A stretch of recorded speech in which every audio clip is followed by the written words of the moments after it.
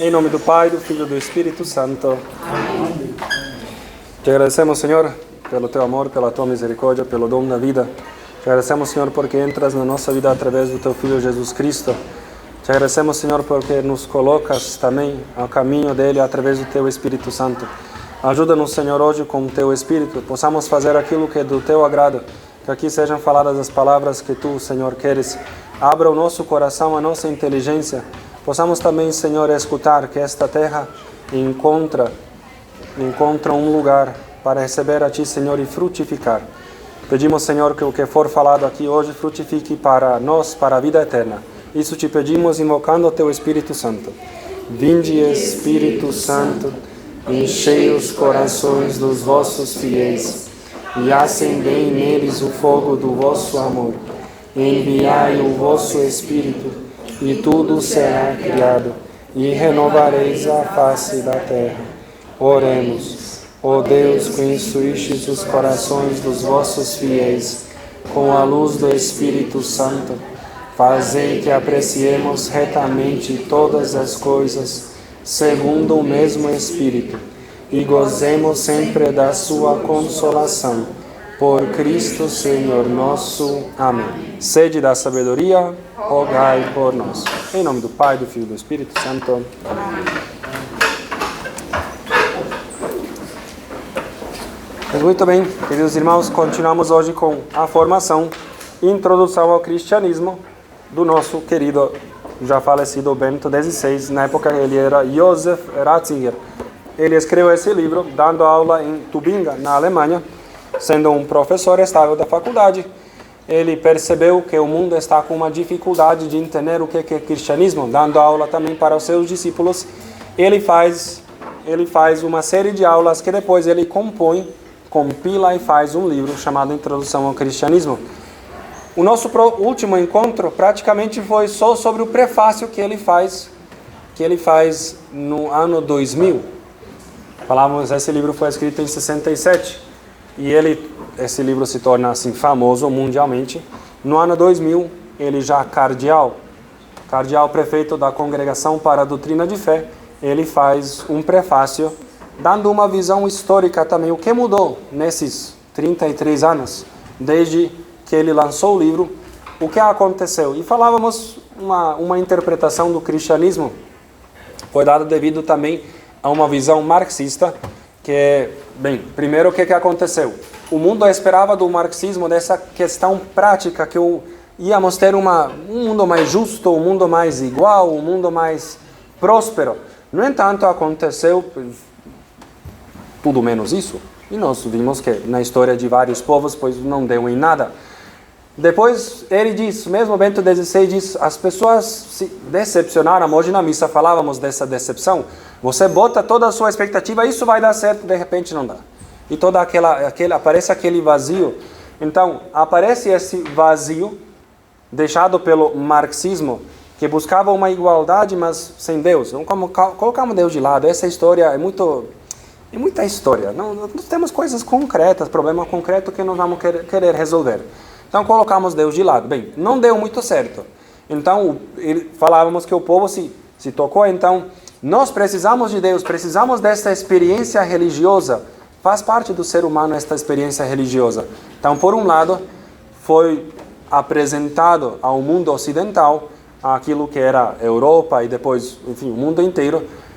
Foi apresentado a religião do Oriente, como por exemplo o hinduísmo. Nós falávamos dessa...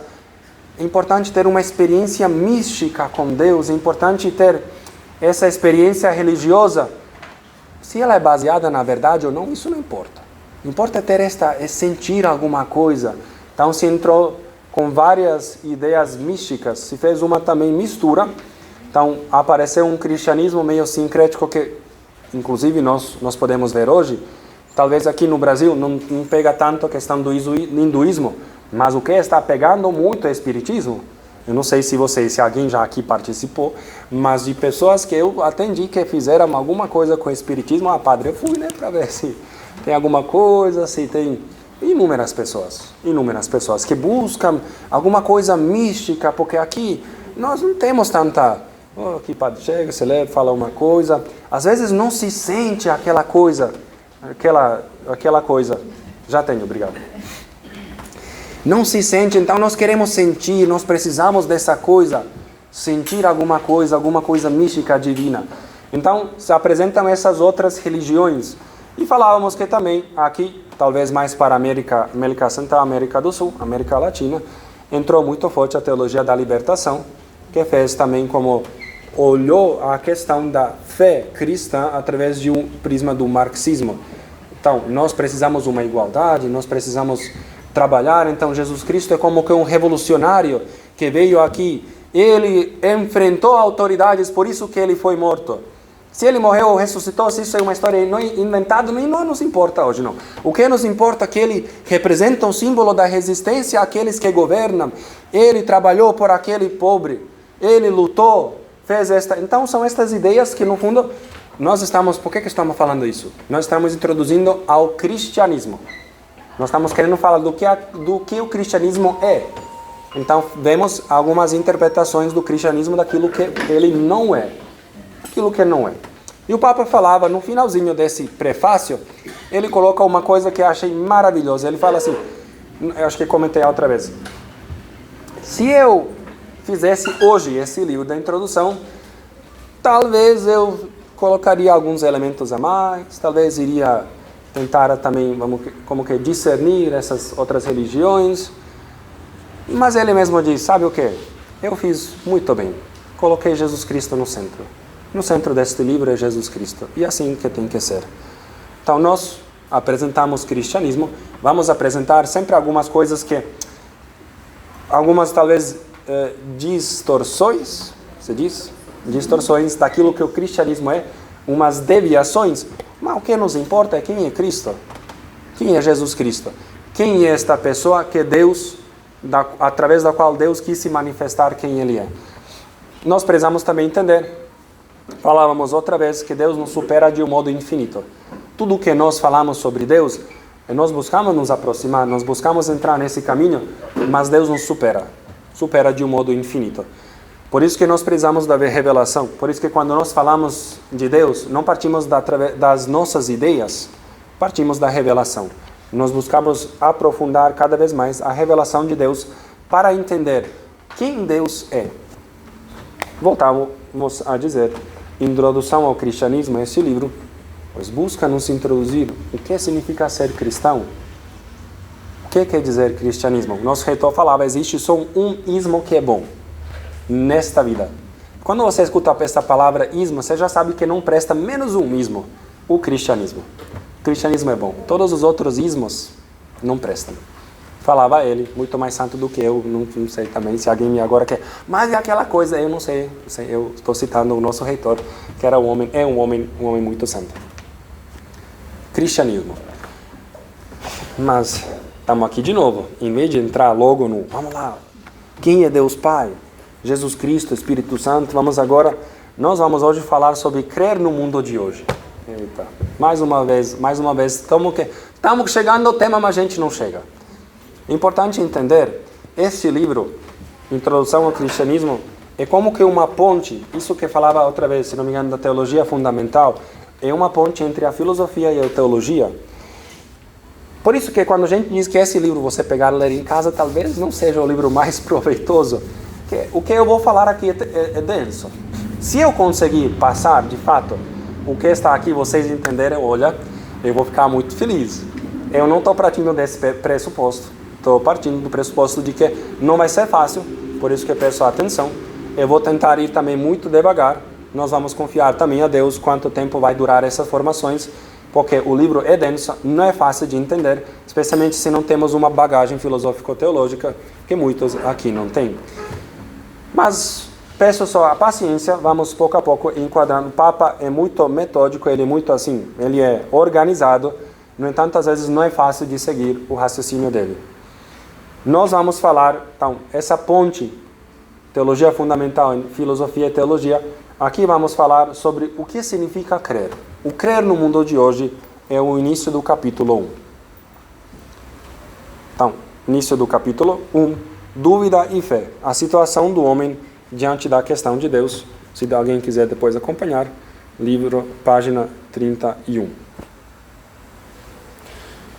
Ele começa contando uma história, que vocês vão ver, o Papa, ou seja, Joseph Ratzinger é cheio dessas histórias. Também nós temos esta herança dos nossos irmãos judeus, eles tudo contavam através de história, porque fica às vezes muito mais claro do que você simplesmente contar uma coisa. A história, por isso que Cristo vai contar as parábolas também, para que as pessoas possam entender. Que às vezes você só falar, a pessoa...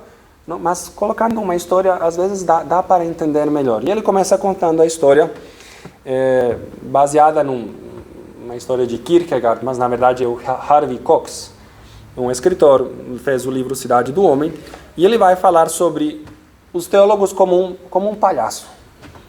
Eu sou um palhaço hoje. E, bem, o palhaço trabalha no circo, o circo pega fogo.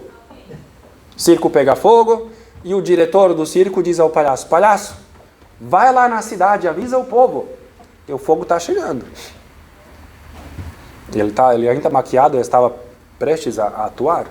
Ele está maquiado, está fazendo um papel de palhaço.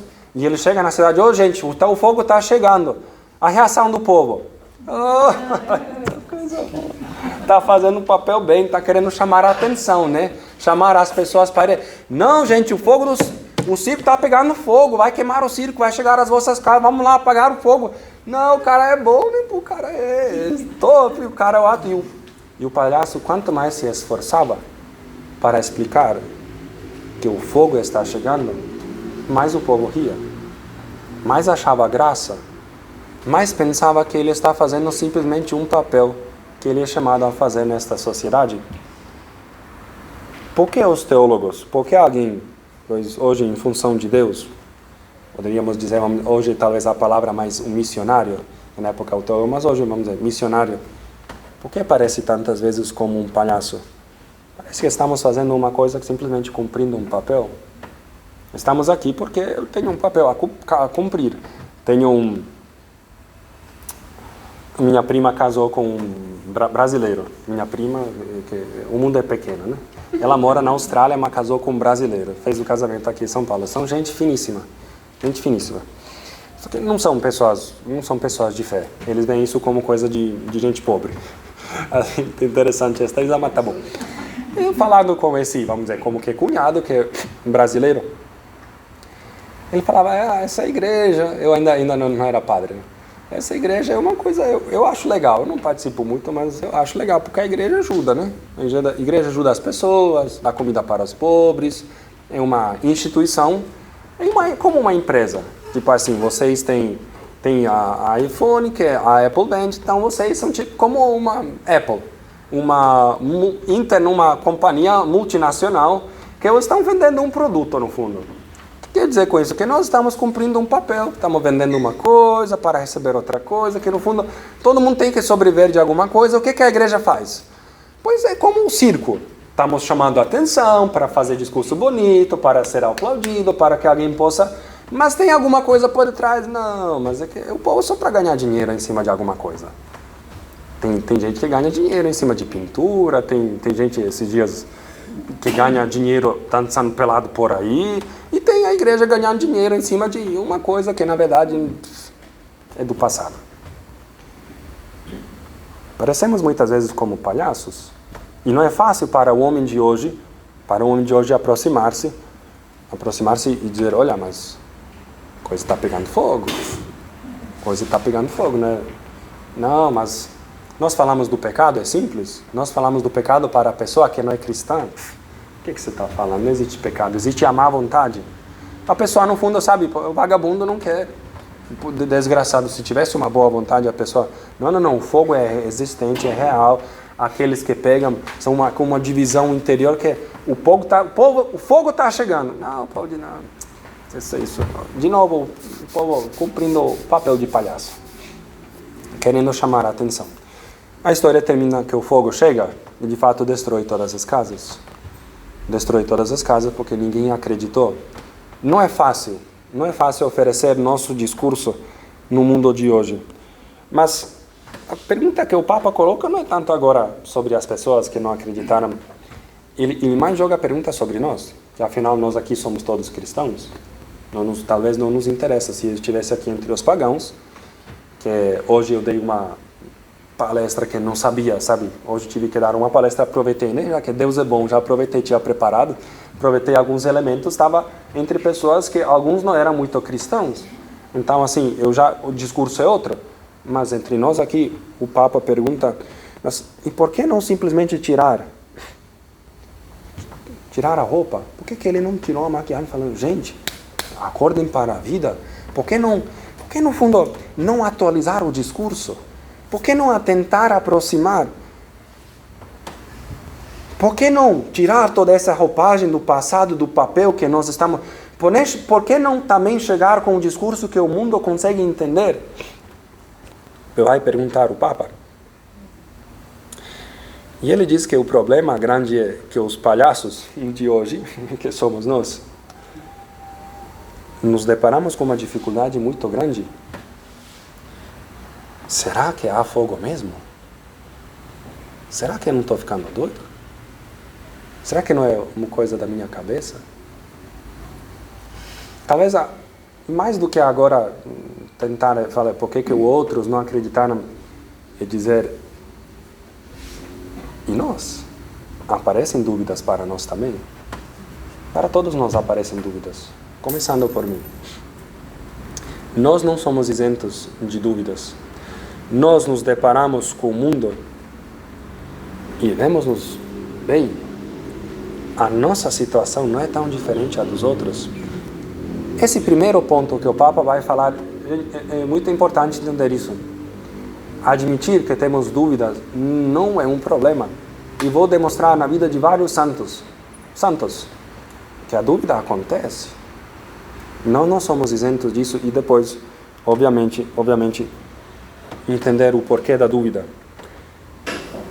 Nós nos deparamos no meio deste mundo com uma incerteza de tudo que parecia ser tão evidente. Isso aparece com os jovens, temos alguns jovens aqui. Mas isso aparece nítido. Entra na UNB, rapaz, é o cara que ia na missa, que servia, que levantava, na escola lá, que ela ia numa escola católica, levantava a bandeira, debatia todo mundo. De repente fez 17 anos, foi para a UNB. Se pegou humanas, pior ainda. Se entrou na psicologia ou história, rapaz. De repente, mas... E tudo aquilo que eu falava, aquela coisa de viver a castidade, que meus pais me disseram de não ver a pornografia, toda aquela coisa de respeitar o outro, aquela coisa de viver obedecendo aos outros. Pai, mas será que isso tudo vale a pena? Será que isso não é uma loucura dos meus pais? Quantos jovens por aí se perdem? Não estamos aqui falando, não nos interessa julgar a ninguém. Eu suponho que pela cara de vocês conhecem pessoas assim. Mas não estamos aqui querendo julgar. É importante entender isso. Mas entender o processo que acontece. O que está por detrás? Por detrás está que estamos no meio de um mundo que nos tenta. E que tudo aquilo que nós tínhamos certeza... Eu sempre lembro do meu irmão. O meu irmão era muito mais católico do que eu. Sempre falava essa coisa assim. Assim, não, é... E quando falava, meu irmão, não pode fumar e não sei o que. Eu sempre assim mesmo. Não sei. Esse discurso aí, muito... Sei não, é... E meu irmão que queria depois obedecer aos pais em tudo e eu estava nem aí para eles.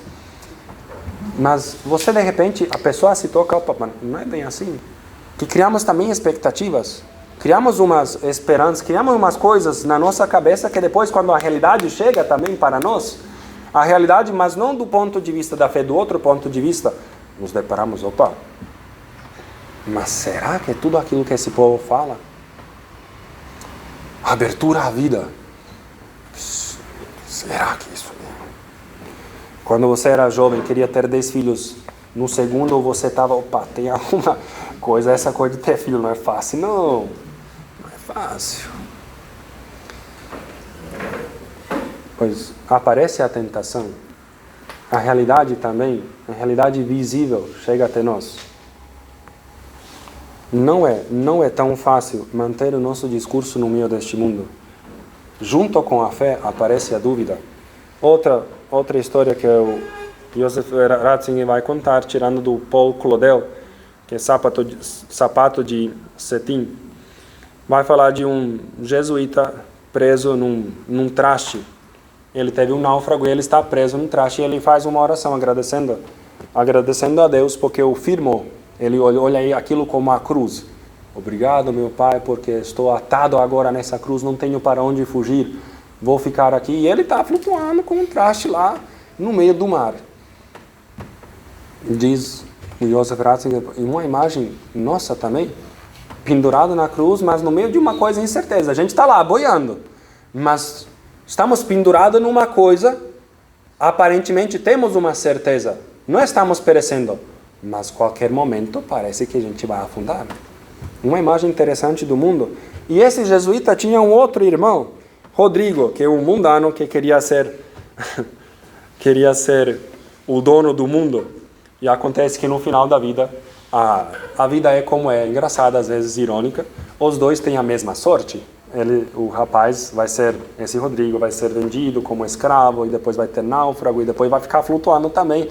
E afinal, ele que ria tanto do jesuíta, seu irmão que é um tonto, se depara com a mesma situação, que está no meio do mar. Está no meio do mar. A dúvida aparece para todos nós, tanto para o fiel como para o ateu. Talvez uma coisa que precisa ser entendida, e aí eu não sei se, eu espero que vocês, que ninguém se sinta, mas a única coisa nesse mundo que tem sentido e coerência é ser cristão ou ateu. O resto não tem coerência. O resto não tem coerência. Você se pega o discurso, não tem uma coerência. Por isso que nós nos focamos mais no cristão e ateu, não nos interessam outras coisas, porque se você for pegar a doutrina para entender, você vai achar incoerências. O nosso discurso não é fácil também de entender. Tem coisas que nos superam, mas não tem coerência. Nosso discurso não tem, por isso que as pessoas, hoje em dia vocês, repito, não atendem as pessoas, mas as pessoas que vão estudar mesmo, assim, vou pegar essa coisa para ver se esses desgraçados estão falando a verdade, vou pegar para bater em todo ponto, o cara se converte. O cara pega, porque se encontra com a verdade, se depara. Quem vai conhecer, porque o discurso é verdadeiro. Agora, tem gente que, até porque no fundo tem uma certa dificuldade, não consegue entender, ou são feridas da história, que agora também não queremos entrar. Mas aqui sempre estaremos entre o ateu e o cristão. O resto é o resto. Não nos, assim, nós estamos, vocês talvez souberam que o Papa Bento XVI dialogou muito com vários ateus, justamente querendo se aproximar. Olha, gente, também viver com ateu às vezes é muito mais fácil do que viver com cristão, viu? Olha, tem uns ateus que eu vou te dizer, ganham de cristãos 10-0. Não tem, verdade. Ateu que é coerente, que vive com, pelo menos tem uma coerência. Tem uma coerência aí. Agora esses que mais ou menos, que tudo é relativo, que não. O ateu normalmente se é sério, pois o cara pelo menos é coerente naquilo que ele pensa. Ou somos cristãos ou ateus. Não tem meio termo, que no fundo precisamos conhecer mais. Então, aqui aparecem dois homens. Aparece esse jesuíta, o cristão, está lá boiando no meio daquela dúvida que é o mar, e aparece também o Rodrigo, um ateu, um mundano, que vive a mesma dúvida. No fundo, o Joseph Ratzinger vai dizer que não há como escapar do dilema da existência humana. Não tem como escapar do dilema da existência humana. Nós não somos impassíveis à dúvida. Nós não somos. E aquele que diz, não, padre, esse padre não sabe o que está falando, tenho certeza da minha fé, e você não se conhece. Me dá alguns anos. Daqui a uns anos a gente volta a conversar sobre toda esta certeza. Quando a vida bater. Digo isso porque também às vezes parece que se eu tenho dúvida eu não sou cristão. Bom, não. Temos dúvida. Quantas vezes nós tivemos, eu estava hoje pensando, o que eu estou fazendo lá, dando palestra em inglês para a pessoa, o que eu estava fazendo aqui? Dúvida aparece. O que eu estava fazendo várias vezes aqui? Chegamos a celebrar a Eucaristia 4 pessoas. O que eu estou fazendo aqui? Vou cansado, querendo dormir. O que eu estou fazendo aqui, cara? Aparece a dúvida. Aparece a dúvida também, não só aqui, lá na minha paróquia também. Às vezes você volta aquilo que aparece e não tem ninguém em casa. O que eu estou fazendo aqui? Minha família está lá, 10 mil quilômetros. O que eu estou fazendo aqui? A dúvida aparece para todos nós. É necessário entender que também isso faz parte. Isso faz parte desta vida.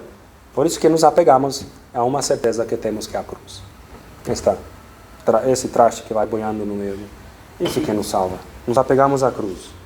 Naqueles momentos, pois, pegar a cruz. Bem, não quero dar catequese sobre... Continuamos aqui. Importante ver, não tem como excluir a dúvida. Mas, por outro lado, não tem como excluir a fé. O ateu não tem como excluir a fé também. Ele pode duvidar quanto quiser, mas não tem como excluir também a possibilidade. O Joseph Ratzinger é cheio de história, mas as histórias são interessantes. Diz que esta é uma história judaica, que eu vou inclusive ler aqui, do Martin Buber, na página 36 do livro, que já passamos 5 páginas. Então, vamos contar uma história judaica registrada por Martin Buber, porque nela manifesta-se com toda evidência o dilema da condição humana que acabamos de descrever. Então, essa dúvida aparece, o que vamos dizer, não tem como excluir a dúvida daquele que tem fé, e não tem como excluir a fé daquele que tem dúvida. Não tem como. Um dos iluministas, sabem quem são os iluministas? Um movimento lá na França, no final do século, na verdade no século XVIII, como talvez dos seus expoentes, Voltaire. Interessante, o Voltaire era um ateu que não podia ser maior. Odiava o cristianismo. Se converteu no final da vida que estava morrendo. Desgraçado, se converte. Mas ninguém conta esta parte. E sabe o que aconteceu? Ele foi curado. Estava na cama lá, se converteu, voltou a dizer que é ateu. E sabe o que aconteceu? Ficou doente novamente. Outra vez se converteu, o desgraçado. Ninguém conta essas histórias. Que na hora na hora que o bicho pega, tantas pessoas convencidas de repente, opa, é bem assim, não sei. Um dos iluministas, um homem muito oculto, tinha ouvido falar de Beritchever. Beritchever obviamente é um sobrenome judeu. Então procurou para discutir com ele, como era o seu costume, para refutar os argumentos atrasados que ele usava para provar a verdade de sua fé. Então esse judeu também é um palhaço. O que ele está fazendo? No fundo, coisa do passado, igual nós cristãos. São palhaços, coisa do passado, que hoje em dia com os argumentos que as pessoas têm, o que esse Beretchever vai falar não tem muito a ver. E ele refutava os seus adversários. Na época, uns anos atrás, era muito popular o debate que se fazia entre os intelectuais. Hoje em dia, nos Estados Unidos, aparece muito. Aqui no Brasil, infelizmente, não. Fazem grandes conferências, 2, 3 pessoas. Agora vamos debater. Argumentos. Você tem tanto minuto para falar. Uma coisa que é importante também, que vai nos fazer crescer. Muitas vezes não temos argumentos, as pessoas nos pegam despreparadas porque você nunca participou desta dificuldade.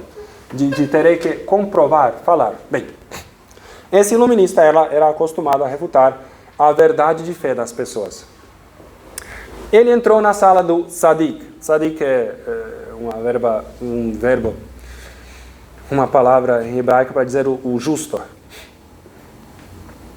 Entrou na sala desse Tzadik, viu entrar de um lado para outro com um livro na mão, refletindo com todo fervor.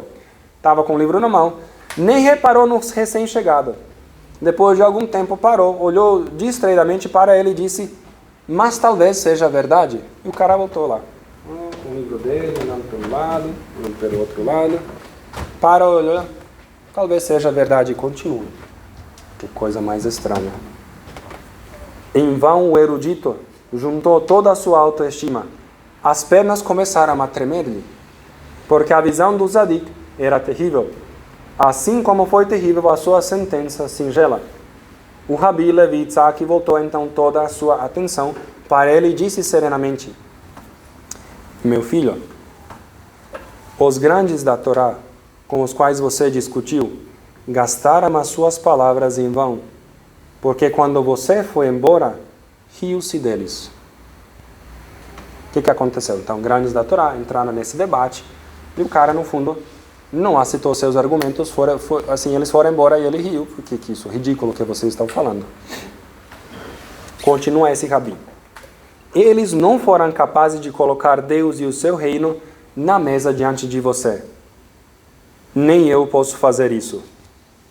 Mas pense, meu filho, talvez seja verdade. O iluminista juntou todas as suas forças interiores para dar uma resposta à altura, mas o terrível talvez que lhe ressoou nos ouvidos quebrou toda a sua resistência. Bem, temos uma linguagem estranha, não sei, espero que captaram na história, mas vamos traduzi-la. O iluminista, o erudito, era acostumado aos argumentos. Mas, gente, eu tenho como explicar quem é Deus para vocês? Como que eu vou colocar em algumas frases, em algumas horas aqui, quem é Deus? O infinito, o eterno, o total, o onipotente, onisciente. Como que eu vou explicar em algumas horas, em alguns argumentos, que Deus existe? Não tem como. Nós podemos colocar umas linhas aí como Deus age, podemos ajudar a entrar nesse mistério, mas não sou eu que vou dizer para você quem é Deus. Por isso que insistimos tanto em fazer experiência de Deus, de Jesus Cristo. Quem é Jesus Cristo? Faça a experiência, vinde ver, diz São João. Perguntam os discípulos a Cristo, onde moras?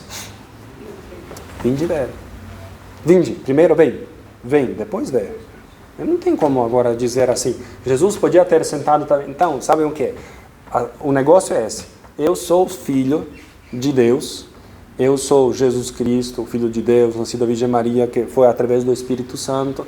Acontece que meu pai, que é onipotente, ele me mandou, ele criou o mundo todo, ele não faz discurso, ele diz, vinde ver.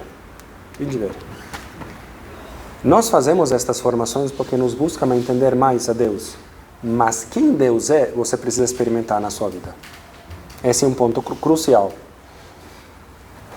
E o ponto crucial é que nós não temos como, eu não tenho como comprovar para vocês. Até se fizesse milagre aqui, dissesse essa mesa, levanta, vai para lá. Você também teria o espaço para duvidar, para negar.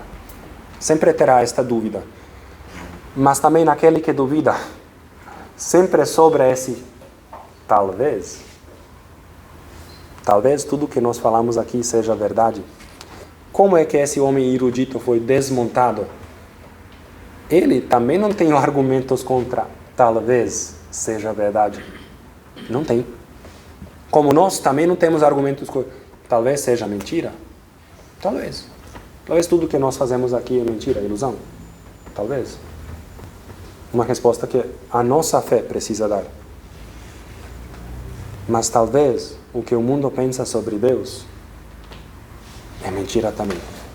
Talvez. Aquele que é sincero consigo mesmo precisa manter esta abertura. Falava na espiritualidade da Quaresma sobre um britânico que fez uma propaganda, levantou fundos, em algumas horas conseguiu acho que 100 mil libras para colocar num ônibus, Deus não existe. Para de se preocupar com essas coisas. E esses dias eu vi, esse homem está vivo até hoje, e ele foi entrevistado por um britânico também que é católico, trabalha na Austrália. E ele falava sobre Deus. Fala, não, Deus não existe. Mas, peraí, Deus não existe, mas vamos lá. Mas você tem como explicar o mundo? Não.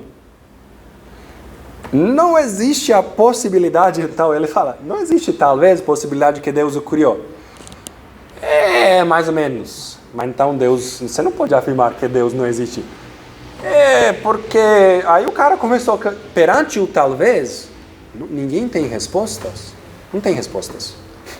Talvez seja verdade. Em outras palavras, tanto o fiel como o incrédulo participam, cada um à sua maneira, da dúvida e da fé, desde que não se escondam de si mesmos e da verdade de seu ser. Aí voltamos a dizer, só pensa que não tem nenhuma dúvida nele, ou nenhuma possibilidade de fé, aquele que engana a si mesmo, que esconde a verdade de si mesmo. Tanto o fiel como o ateu, o infiel, participam desta dúvida. Nós precisamos, para dizer o que significa crer no mundo de hoje, nós precisamos trabalhar também com a dúvida, com a possibilidade de que a gente está aqui, estamos loucos, todos nós. A coisa que estamos perdendo tempo não está dando certo. Existe esta dúvida. Aparece na nossa vida e aparecerá ainda. Para um, a fé marca a presença contra a dúvida. Para o outro, a fé está presente pela dúvida e na forma da dúvida.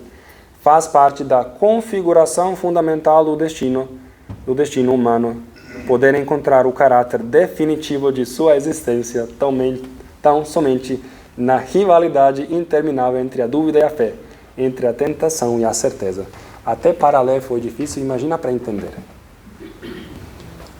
Voltamos a dizer, todos nós precisamos encontrar o nosso ser, o nosso existir, o nosso crer entre a fé e a dúvida. Eu não estou aqui para fazer com que vocês duvidem de fé, tudo pelo contrário. Queremos aumentar, queremos dar razão, mas nós precisamos também partir desta dificuldade. A dúvida existe. Existe a dúvida. Perante o mundo também vamos entender por quê. Uma coisa que o Bento, ou seja, Joseph Ratzinger, aqui diz, talvez Deus também deixou porque esta dúvida e fé, ela impede ambos de se fecharem completamente em si próprios. É ela que quebra a casca de quem tem fé, abrindo para aquele que duvida, e abre a casca de quem duvida para aquele que tem fé. Pois esta dificuldade nos faz de fato estar aberto para o outro. Se nós tivéssemos a certeza da fé de fato fechada em nós mesmos, quem nos importa? Porque se dane, queima todo mundo, queima. O problema é seu, desapareça, morram, matam-se uns aos outros. O problema é de vocês. Se fosse assim uma coisa fechada, e muitos, justamente porque não conhecem a si mesmo, tem esse discurso dentro da igreja. Os infiéis, o problema é deles, que morram. Mas Deus nunca foi assim. A nossa fé não é esta. A nossa fé nos abre de fato para o outro. Por isso que anunciamos, por isso que falamos. Por isso que estamos nesse movimento ao outro. Que também nós participamos da mesma dificuldade que o mundo participa. Nós participamos da mesma condição da dúvida, embora obviamente não nas mesmas proporções.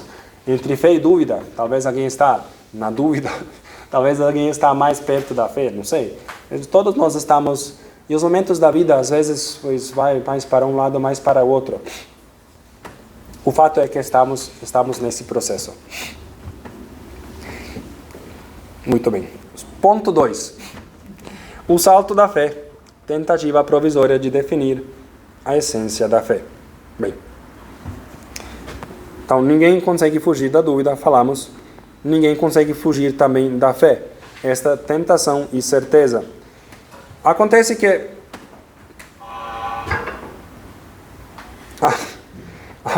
que para dizer o que significa crer no mundo de hoje, nós precisamos pois jogar-nos entre essa fé e dúvida. No entanto, para entender o que significa crer, nós precisamos tender para a fé. Obviamente, nós não podemos... Sim, nós precisamos ter a dúvida em conta, nós precisamos nos deparar, mas nós focamos na fé. O que significa dizer eu creio? O que significa ter fé? Bem, essa história do palhaço, ela nos mostra, bem, não é talvez uma melhor história para explicar toda esta contradição, toda esta dificuldade, mas fala de um problema específico. Eu creio nos abre para nos relacionar de um modo novo com a realidade. Mas como isso acontece? O símbolo apostólico que nós falamos, o que nós dizemos, o nosso credo, ele está, obviamente, na origem da introdução ao cristianismo. Nós depois vamos pegar, passo por passo, o símbolo apostólico. Mas que atitude se manifesta na afirmação de que a existência cristã se exprime em primeiro lugar e antes de tudo no verbo creio.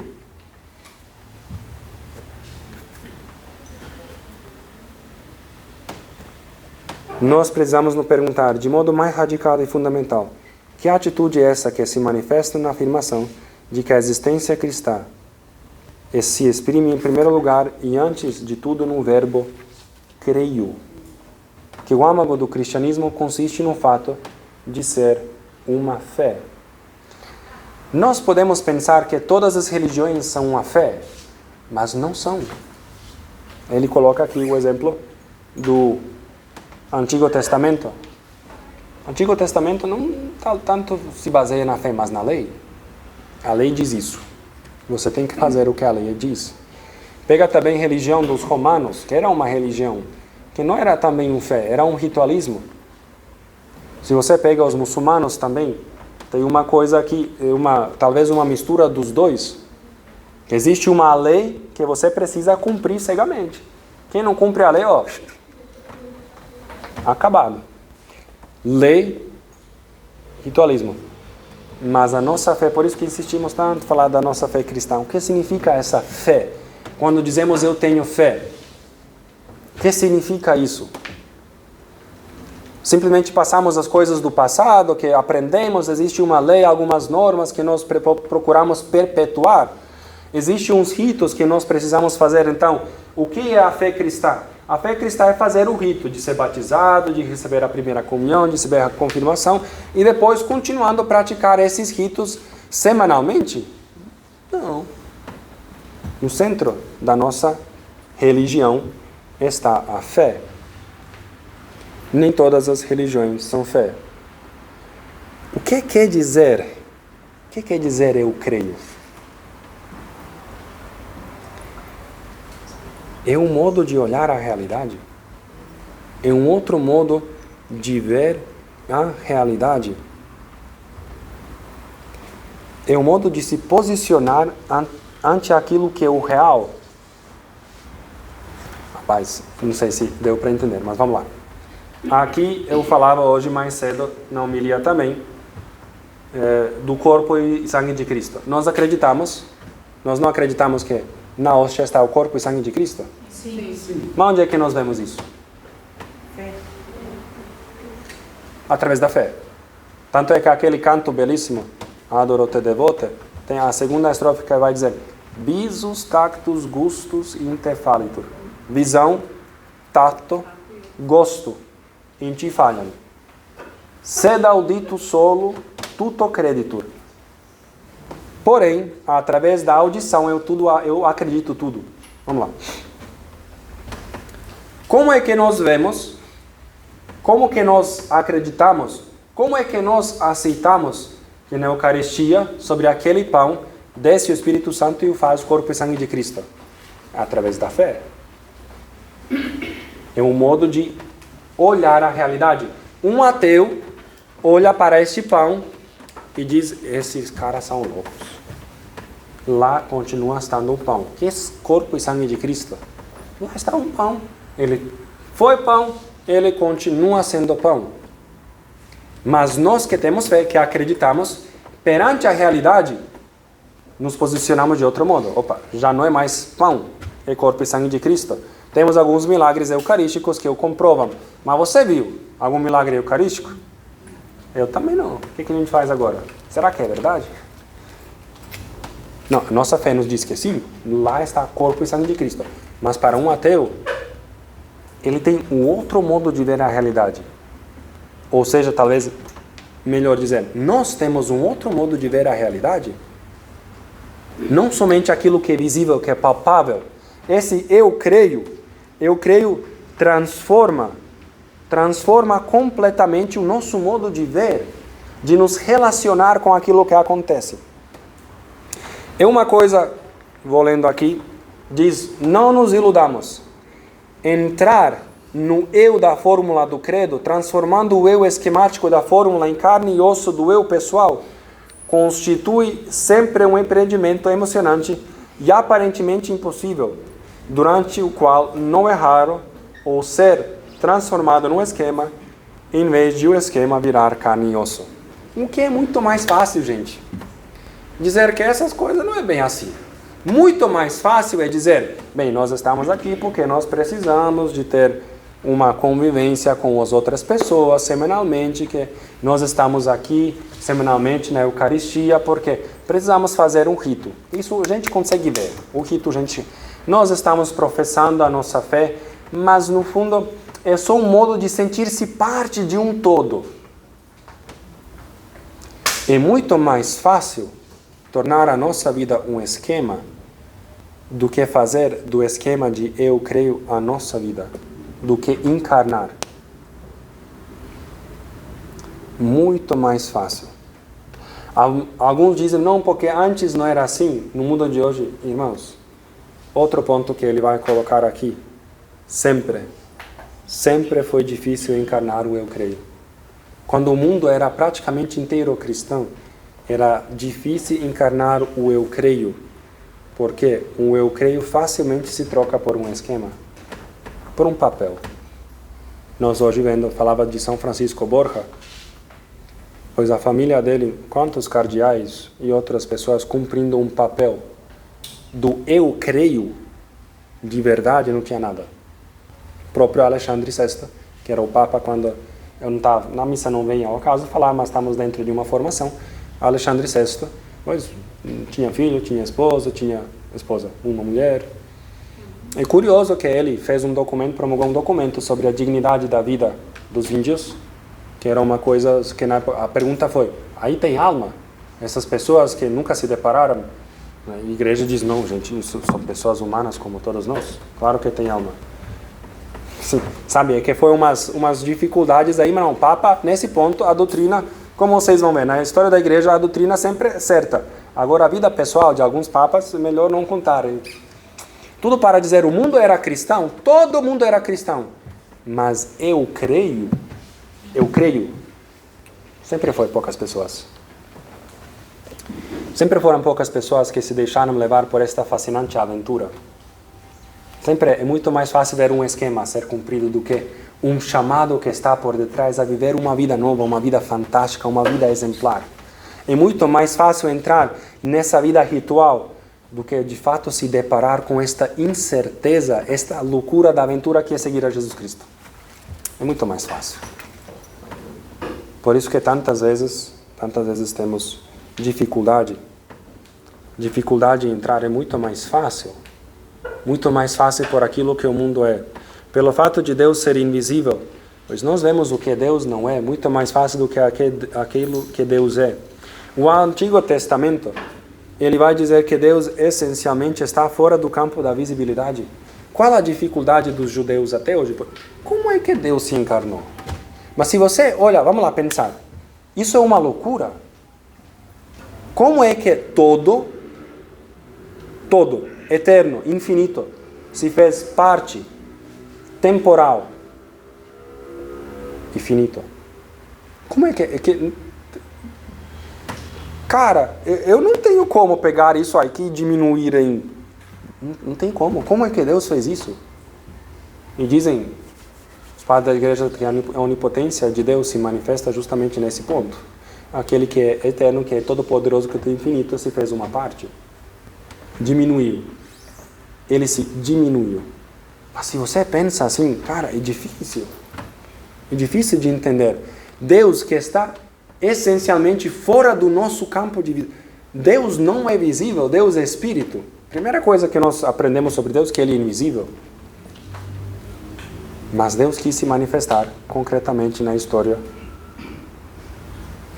da humanidade. Eu já passei o meu tempo.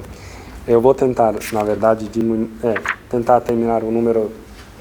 Não vou conseguir, não. Não vou conseguir terminar, mas... Rapaz, tempo passa rápido. Crer. O que significa crer? É acessar a realidade por mais do que se pode ver, cheirar e tocar.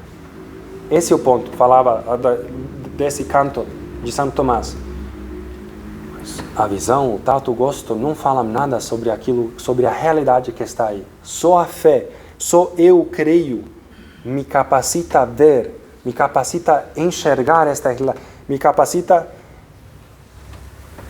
relacionar-me com esta realidade. A fé não é uma constatação, não é um esquema. A fé é uma forma de relacionar-se com o ser, com a existência, com o total da realidade. Como é que nós nos relacionamos? É um modo diferente dos pagãos, daqueles que são ateus, que não acreditam. Nós dizemos que ter fé significa decidir que no âmago da existência humana há um ponto que não pode ser alimentado e sustentado pelo que é visível e tangível, mas toca no limite daquilo que não é visível, a ponto de este se tornar tangível para ele, revelando-se como algo indispensável à existência. Rapaz, eu acho que tá complicado, mas vamos lá. Deus está fora da visibilidade. No entanto, Ele é o fundamento da realidade. Ele toca a realidade porque Ele a fundamenta. Ter fé não é acreditar em algo que está fora da realidade, mas de fato algo que é invisível, mas está dentro, Ele toca a realidade. Nós não somos gente louca, doida, que fica inventando coisas. Não, nós trabalhamos com coisas reais. Com coisas reais. Santa Teresinha, no final da vida, ela vai se deparar também com uma dificuldade. Será que é tudo isso?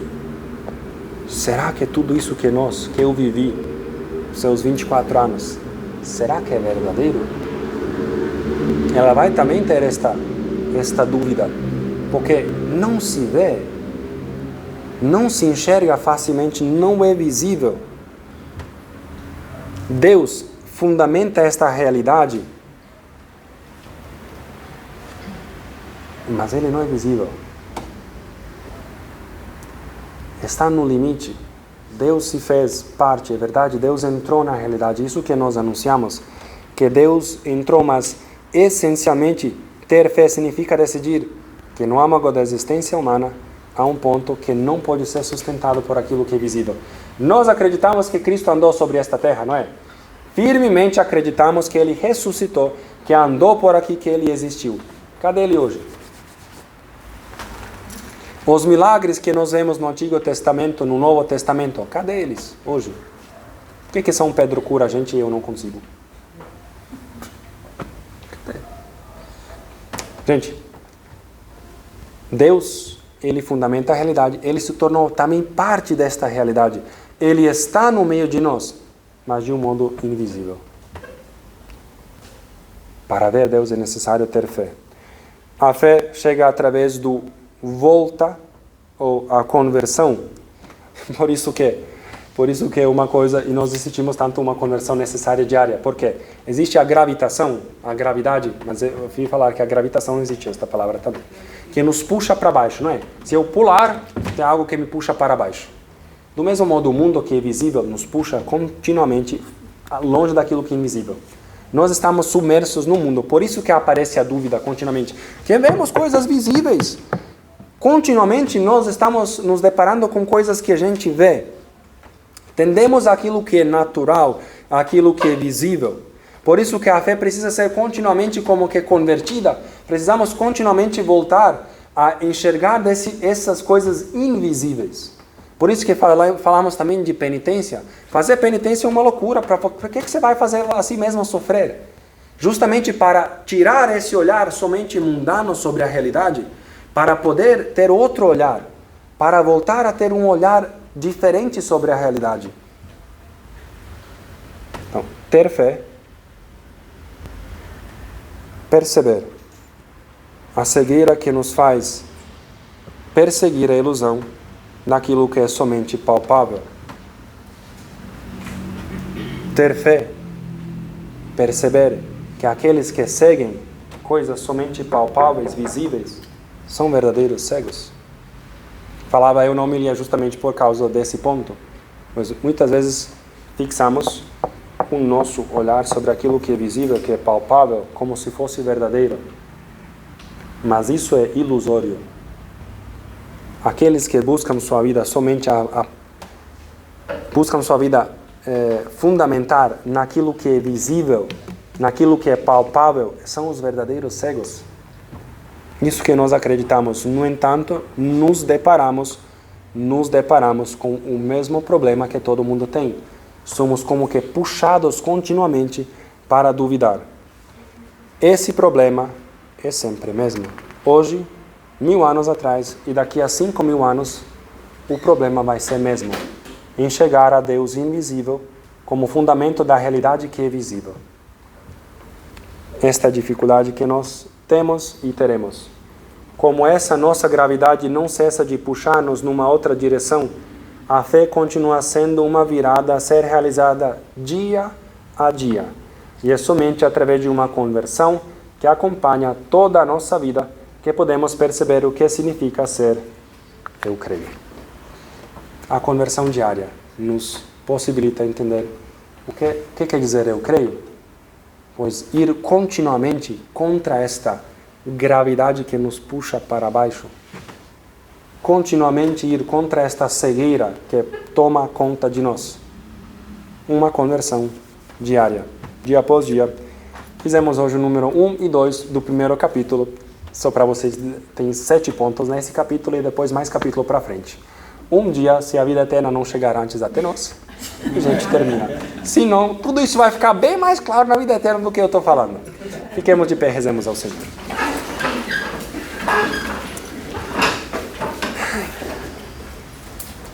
Pois te agradecemos, Senhor, também porque entras na nossa vida, porque procuras nos ajudar a ver a realidade de um modo novo. Pedimos, Senhor, novamente Teu Espírito Santo, possamos cada dia ir mais entendendo quem Tu és, cada dia mais nos convertendo, cada dia mais ver a Ti na nossa realidade. Pedimos, Senhor, também que no meio dessas dúvidas que temos, no meio das dificuldades, possamos nos apegar à Tua cruz, que por meio dela, Senhor, possamos chegar a Ti e à vida eterna. Isso te pedimos com a oração que Teu Filho predileto nos ensinou. Pai nosso que estais nos céus, santificado seja o vosso nome. Venha a nós o vosso reino. Seja feita a vossa vontade, assim na terra como no céu. O pão nosso de cada dia nos dai hoje. Perdoai-nos as nossas ofensas, assim como nós perdoamos a quem nos tem ofendido, e não nos deixeis cair em tentação, mas livrai-nos do mal. Amém. O Senhor esteja convosco. Pela intercessão de São Francisco Borja, abençoe-vos Deus Todo-Poderoso, Ele que é Pai, Filho e Espírito Santo. Amém. Ide em paz, o Senhor vos acompanha. Graças a Deus.